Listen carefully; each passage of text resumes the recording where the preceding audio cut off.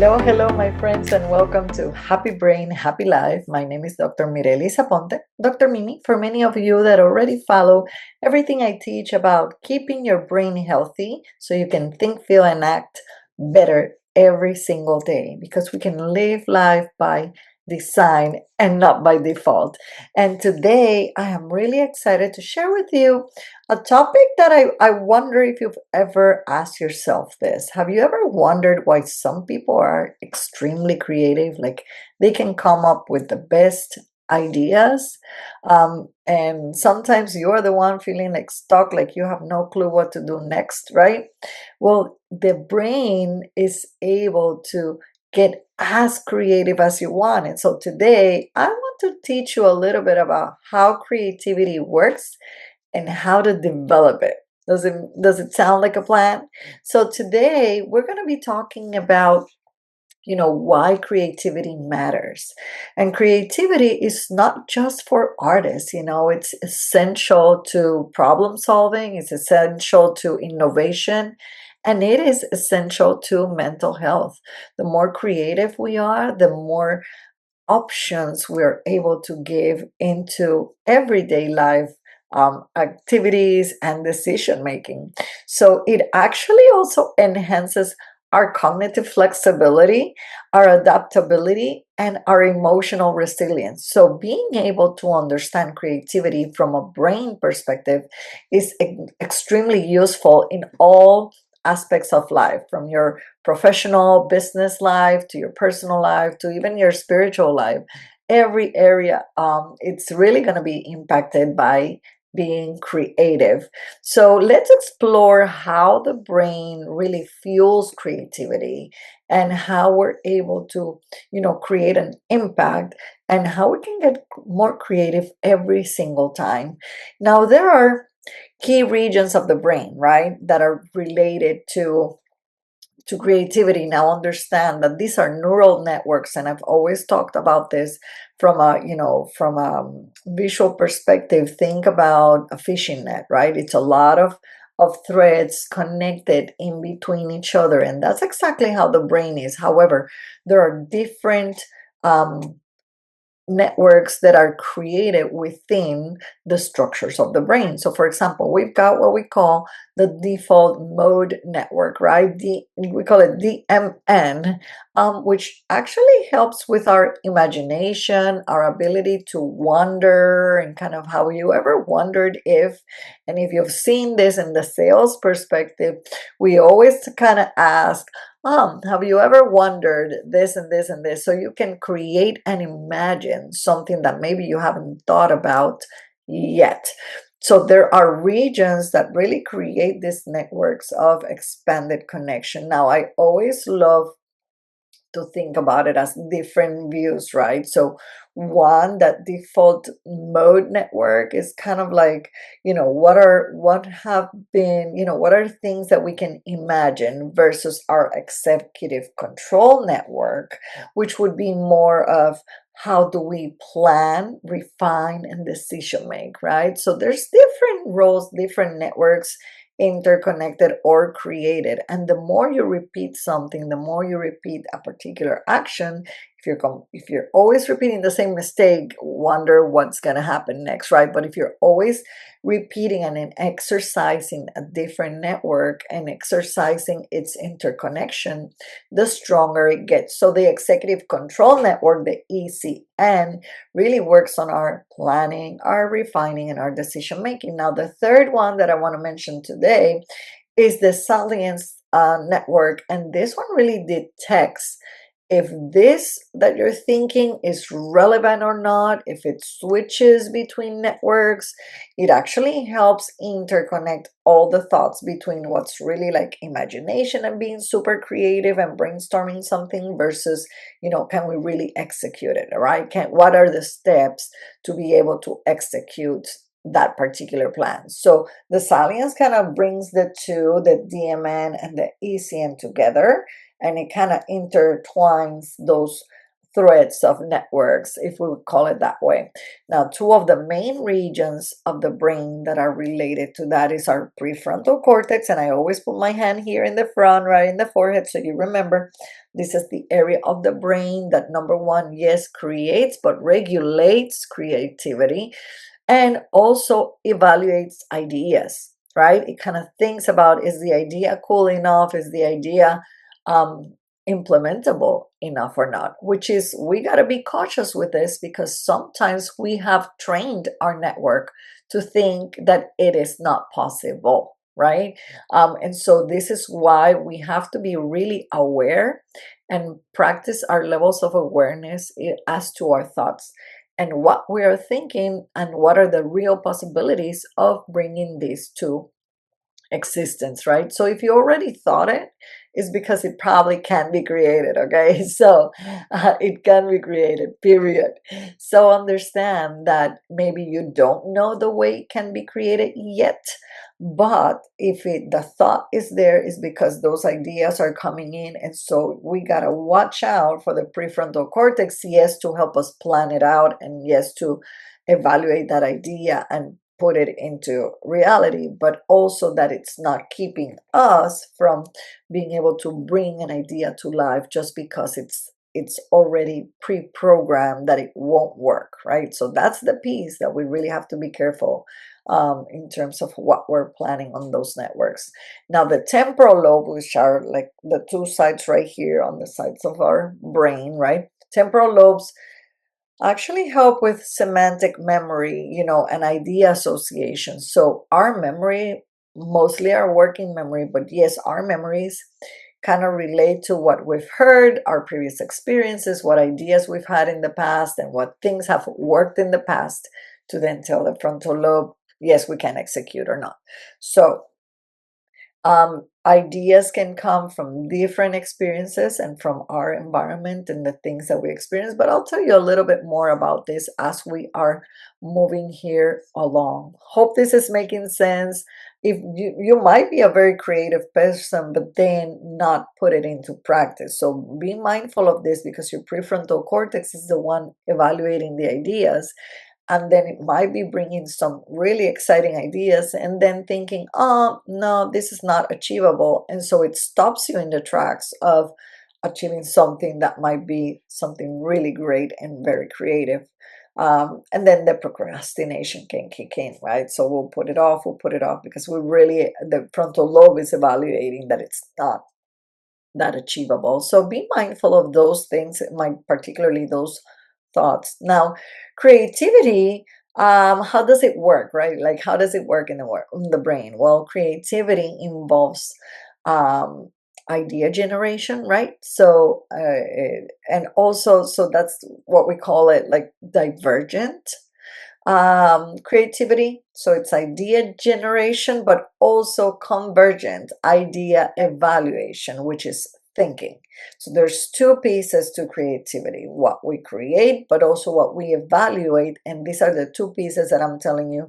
Temporal lobes might part from the sensory levels and saying, yes, this is so good, and it'll give you, previous experiences and say, hey, this would be amazing. And then the frontal lobe says, oh, let me check that idea out. You haven't been successful in the past with things related or even similar to this. So you see divergent versus convergent. Okay, now the brain do toggle, between spontaneous and controlled processes, right?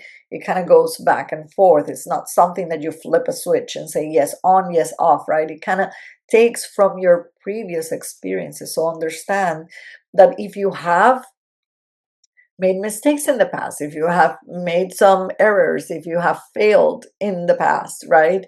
The key thing is, how are you going to push through the failures? Because one of the things, and this is why I recommend so much to do any new projects, anything that you're pushing forward that's new in your life, even in relationships, even in your financials, in your business, any area of your life that you're pushing something new, I recommend using a coach.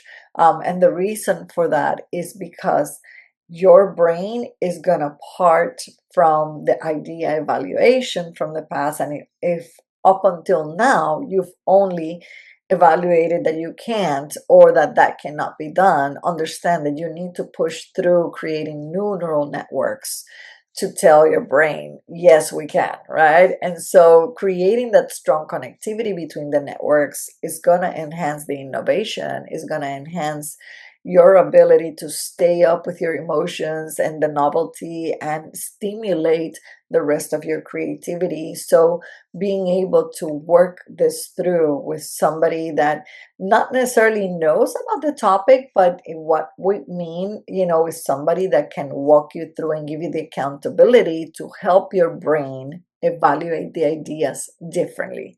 And so this is where I stress out the most. Our program,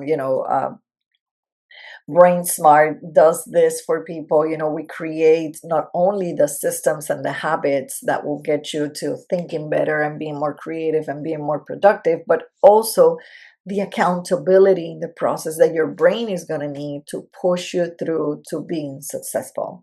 And we are consistent at this in keeping you on your feet as to your own accountability, your own process. And so that will teach your brain how to do this idea evaluation without going into the traditional networks that might be programmed there from the past. So if you're doing something new, you can't do it the same way that you've done the past, right? Now, understand what things can block creativity on a daily basis, right? What things can impact our creativity and get in the middle of the way. And it's very simple. First and number one and foremost is stress and fatigue. Stress and chronic fatigue do not allow our frontal lobe to be able to interconnect properly, do not allow those neural networks to grasp information from the different sources to put ideas together, and more so, even to think in new ways because the patterns and the networks get really stuck in whatever you've done in the past. So, super important that one of the brain that this is why in the Brain Smart program, one of the first things we do, even before you tell me what things you're going to work with, one of the first things we evaluate and we assess and we work with you is what are your current brain healthy patterns, right? Without judging, without trying to criticize what you've done in the past at all. We just look at where you're at and then give you immediate, like really right then and there, strategies that you can start implementing on your daily life. Very simple, 1 minute, 2 minute, 3 minute, 1 to 2, 3 changes that you can do really quick to start making a progress in your brain health, so that now we can obviously reduce the first one that blocks our creativity, stress and chronic fatigue, so that now our brain is in a better position to start thinking creatively, right? Second one, that is number two, big one right here, is the fear of failure or perfectionism. Fear of failure is terrible for creativity. Fear of failure is the one that stops us all. Okay. And I can attest to that, having experienced that in the past, and still do. I mean, we're all human, and I can see myself where I can ask. Now I'm in a place where I can self evaluate and say, hey, I'm thinking this all because of fear, or because I don't want to launch it because it's too, until it's so perfect I won't launch, right? And then when it doesn't and there's a mistake, then it goes back. So those neural networks kind of intertwine and get really tangled up. So fear and failure are hard. And the reason for it is because our brain is created to protect us. And so that's one of the ways that it does it, is one, increasing the levels of cortisol, which it's increased by stress, right? And so that blocks completely the way that our frontal lobe will see information and evaluate it and assess it. Number two is the fear. Okay, and so it kicks in the amygdala and tells it to be on a fight or flight kind of mechanism, protecting itself. And so those neural networks can only program that type of information. So, second one, really important also, to keep an eye on. And if you've always been fearful and don't take a step, the best place to start is with a coach. So coaches are really, and it comes from a perspective of, I've been a neuropsychologist now for over 15 years, and I've been in the mental health field for over 20. So you can understand that when I talk about coaching, it's because I don't want you to rely on thinking, the need for support and help and accountability comes from just having some kind of diagnosis. There is no need. And actually, coaches do not work with any kind of diagnosis. We don't work from a diagnosis perspective. The parts and pieces of coaching that I provide have nothing to do with any kind of direct diagnosis. We work with helping you as a human, decision making human, help you create new habits, healthier habits, prevent many of this mental health or emotional health deficiencies or difficulties, and we are in a proactive mode.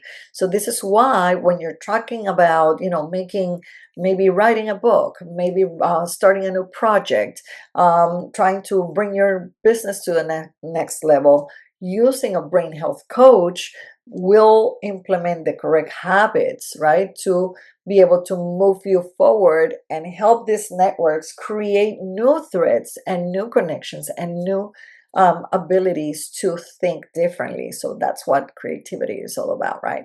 So another one is lack of novelty or routine thinking. And this happens to us just out of repetition. We live the same life again and again and again. This is why there's so much hype about leaving your 9 to 5, because everybody's used to the 9 to 5. We do the same thing every single day. And so because of that lack of novelty, then the brain, what does it do? It creates networks that say, I don't need anything new. It's so hard to think of something new because it's hard to create new networks. And so this is why it's so important for us to be learning something new all the time and teach your brain to be in the perspective of receive new information with gratitude, and always trying to look for new ways to do things, look for new opportunities. But the lack of novelty and routine thinking can also downward your creativity. Now, the overuse of digital stimulation is also killing creativity because we now give everything to AI. Now, I love AI. Don't get me wrong. I love putting my ideas on AI and seeing what we can come up with together. And so it's about understanding that the overuse, right, and the lack of ethical use, or the lack of just dependability on it 100% is what's going to kill you, right? It's what's going to really impact your creativity and your ability to produce if you leave it all to AI. So always, I love it because I'll have a thought and I'll have an idea and I'll have things that maybe my brain says, that doesn't make sense. And all of a sudden, when I put it on AI, then AI says, look, this is a way that you can put it together. And my brain goes, I hadn't thought about that. And so, yes, put pieces together and use AI in a proper way, and your digital stimulation won't be, so much in the negative side, but on the positive side. And last but not least on this area, and I have more on these, but I think a key one for creativity is going to be sleep.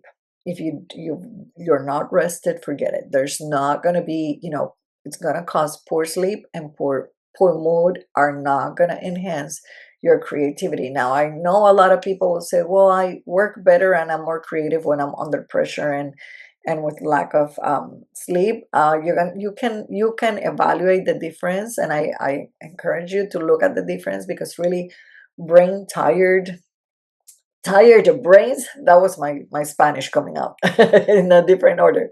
So tired brains are not able to really interconnect properly. This is key. I have a guide for sleep.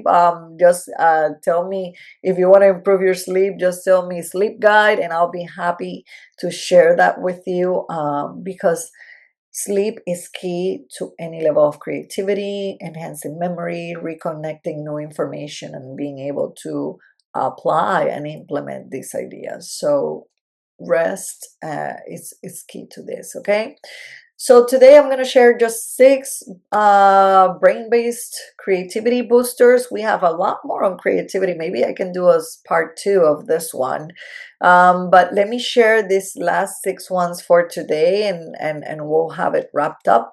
But there are 6 brain-based creativity boosters, so you might want to take notes and make sure that you follow these teachings to be able to continue to learn about creativity. Now, our 6 brain-based creativity boosters are: number 1 is mind wandering. So mind wandering, I want you to allow yourself time to, free thought. That means like wander on anything. And I encourage you not to be surrounded by media when you do this. Find a place in nature. That's how I love to do it. Um, and my husband and I love to sit outside. Now we have a farm. I do have a horse farm, so I do have a lot of plenty of space and opportunity to be out in nature and connect with nature and just let my thoughts wander. But do allow downtime for free thought.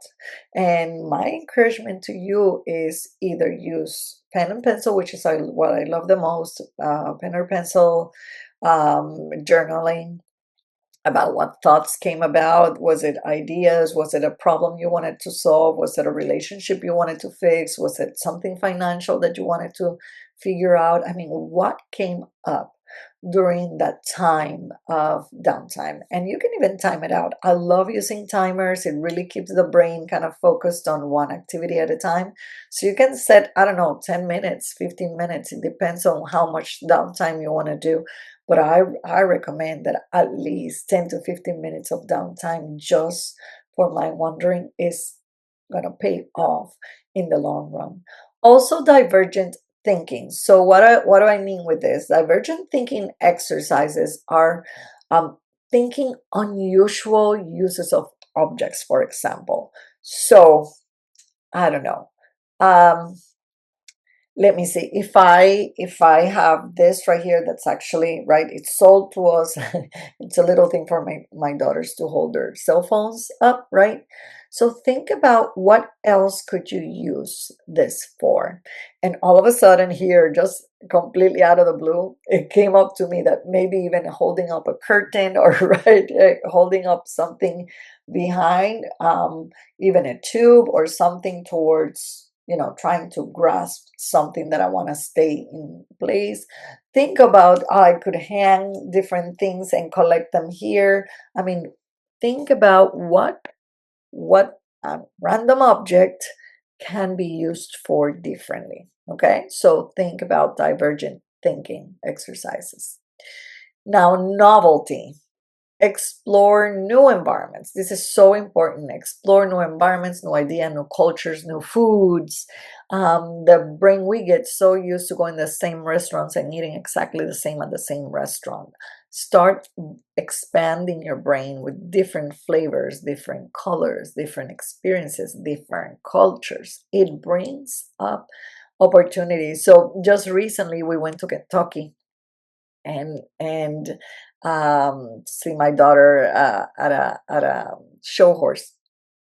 Eh, and It was so cool because I didn't know that they had a place that's called an an Arcs experience, right? So Noah's Ark replicated, right? So you went into and you kind of saw it live in the real size and the real everything. But it was so cool because what I loved about it, besides it being like magnificent, and you're thinking when that was built and when it was when it was actually done and all the history behind it. It was how creative they were inside on the way that they were managing all of these animals within the ark to keep a system going. And it blew my mind, all the ideas that they had for collecting water, for managing all the manure and all the different wastes from the ship, and all the things that they came up with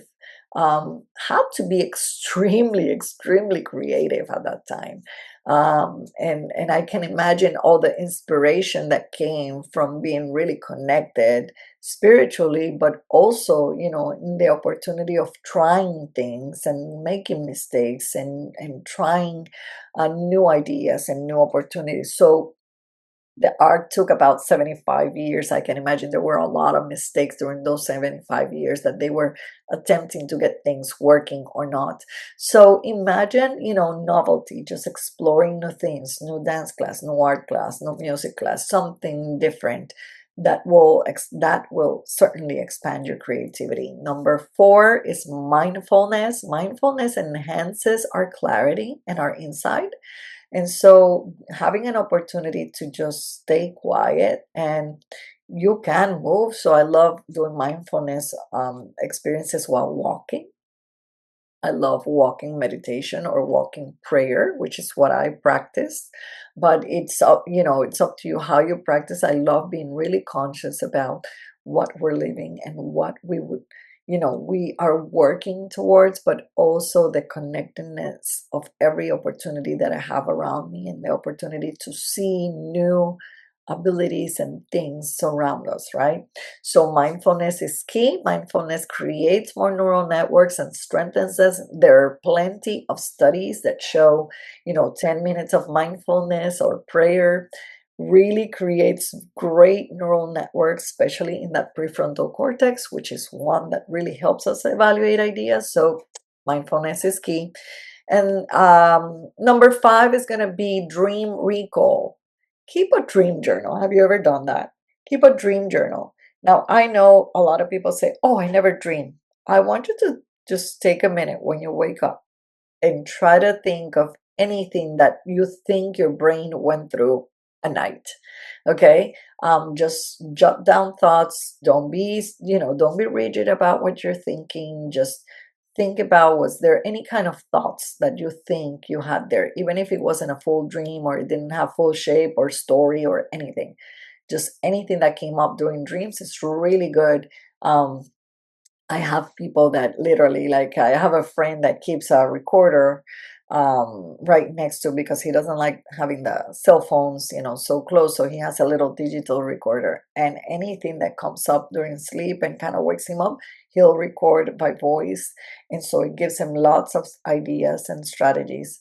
So keeping a dream journal, keeping, something that you can jot down your dreams, can bring up lots of ideas, lots of new creativity. And last but not least, constraint play. What that means is solve problems with fun limitations. So for example, I do a game with teams that I love to create this tower, and I give them an exact number of cups, an exact number of plates, and they have to come up with only those materials, nothing else, the tallest tower. So put limitations into play, and it really expands creativity. Okay.